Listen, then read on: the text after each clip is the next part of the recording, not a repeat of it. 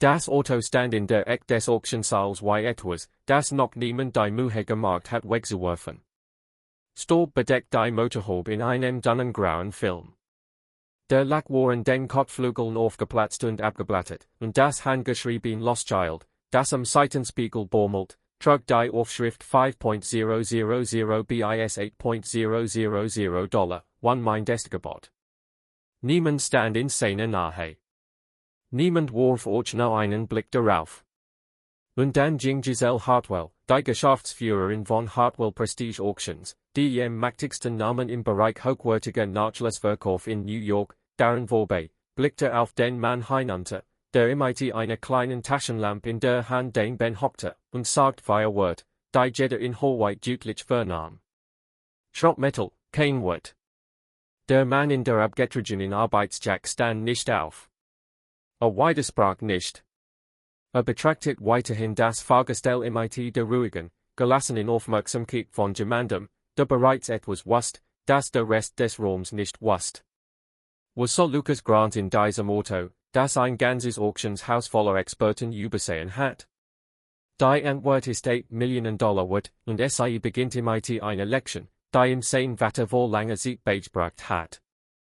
Lucas Grant lud Dienstag morgen 6:45 das letzte seiner Werkzeuge in den Beifahrerfassraum seines Pickups, überprüft Gewohnheit den Seitenspiegel und bog der engen Brooklyner Straße heraus, wo sein Werkstatt im Erdgeschoss eines angeboten Lagerhauses untergebracht war. Der Himmel hat Jeans besondere hellgrau, das erscheint, bewe die Stadt vollständig erwacht, und der Werker auf der Brücke war noch so leicht, dass den East River klar darunter sehen konnte. Mir saß auf dem Beifahrersitz, 6 Jahre alt, ihren ausgestopften roten Fuchs, den SAI Rusty nannte, fest unter einem Arm geklemmt. SAI hat die Angewohnheit ihrer Mutter, völlig wach aufzuwachen. Kein Trades erwachen, jedenfalls Augen öffnen und sofort Fragen stellen. Was ist dein Lieblingsauto auf der ganzen Welt, fragte SAI, während SAI Rustys Ohr mit der konzentrierten Ernsthaftigkeit von jemandem zurechtlegte, der etwas Wichtiges arrangiert. Lucas dachte einen Moment darüber nach, wie immer über Mirs Fragen nachdacht, nicht schnell, denn SAI merkte immer, wenn ein Antwort überstürzt war.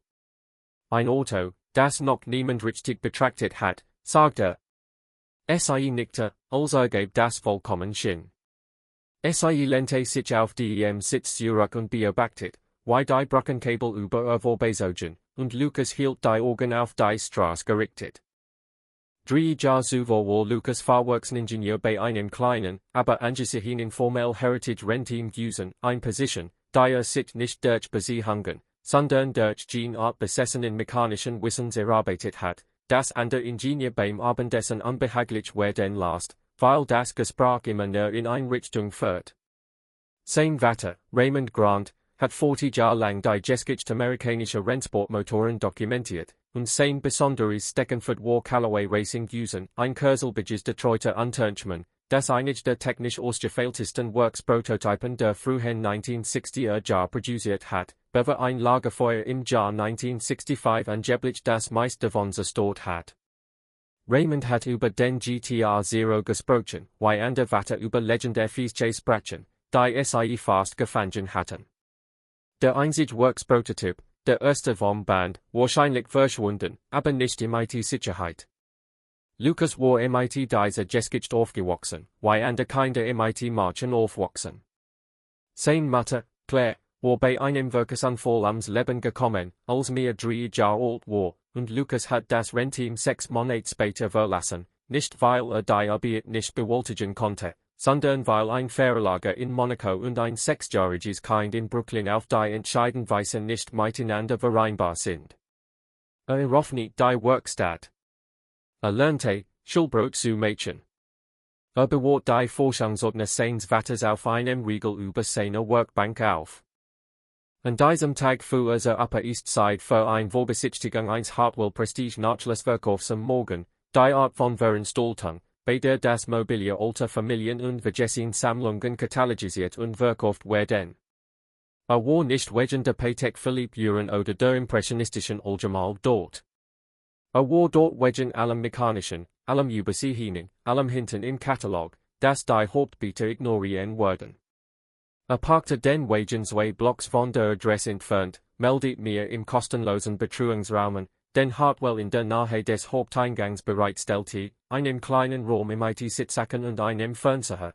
Der Cartoon zeigte, kast sie auf den Scheitel und ging mit seiner Taschenlampe in der Jackentasche und der Stimme seines Vaters irgendwo hinter seinen Augen durch die hohen Eingangstüren. Der Hauptsaal hat hohe Decken und war bereits mit Vorbesichtigungsgästen gefüllt, die alle mit der besonderen Selbstsicherheit von Menschen umherliefen, die es gewohnt waren, in Räumen zu sehen, in denen Tudinge ausgestellt werden. Lucas bewegt sich an den Randen entlang, las die Losschilder methodisch, verweilt bei einem Satz Oldtimer-Reifenwechselgeräten und einer Kiste mit Armaturenbrettensägen aus den 1950er Jahren. Dann bog die Eck in der Nähe der Rückwand und blieb stehen. Das Auto war gegen die Wand zwischen zwei Lagerregeln mit gerahmten Kunstwerken geschoben, halb von einem rollenden Gerätwagen verdeckt, so positioniert, als hat derjenige, der es dort abgestellt hat, aktiv versucht, es aus dem Weg zu räumen. Der Lack, ein stumpfes olivgrün, war nicht original, sieht Jahrzehnten nicht mehr. Die Karosserie stimmte mit keinem im bekannten Serienmodell überein, modifiziert oder teilweise abgestreift, die Kotflügellinien verändert. Aber darunter, sichtbar nur wenn man genau wusste, wo man schauen musste, waren die Proportionen der Dachlinie auf ein sehr spezifische ungewöhnlich. Lucas kauert sich hin und schaltet seine Taschenlampe ein. Hockte noch immer dort, schräg unter der Fährte, als hört, wie eine Hiegeligin schreit stoppten. Blickte auf. Jazelle Hartwell beobachtet in mit einem Ausdruck, der mal Neugier und etwas kombiniert, das wie ungeduld wirkte, der Blick von jemandem, der durch ein angebetenes Problem unterbrochen wird.